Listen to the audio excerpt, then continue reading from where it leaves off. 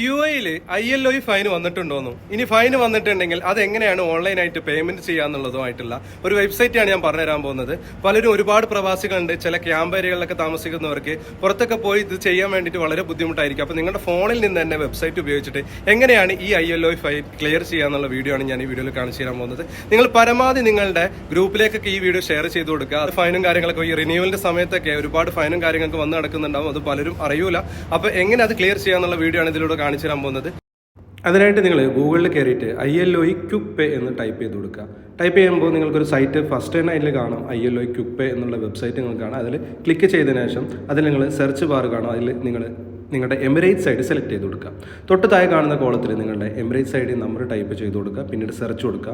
അങ്ങനെ കൊടുക്കുന്ന സമയത്ത് നിങ്ങൾക്ക് ഫൈൻ ഉണ്ടെങ്കിൽ അവിടെ ഫൈനും കാര്യങ്ങളും ഡീറ്റെയിൽസ് ഒക്കെ കാണിക്കും. അങ്ങനെ കാണിക്കുന്ന സമയത്ത് അത് ഫൈൻ ഉണ്ടെങ്കിൽ നിങ്ങൾക്ക് നിങ്ങളുടെ ബാങ്ക് അക്കൗണ്ടായിട്ട് പേ ചെയ്യാൻ പറ്റും. അതായത് ബാങ്ക് അക്കൗണ്ടുമായി കണക്ട് ചെയ്തിട്ട് നിങ്ങൾക്കത് ഫൈൻ ക്ലിയർ ചെയ്യാൻ പറ്റും എന്നുള്ളത് ഓപ്ഷനിൽ കാണും.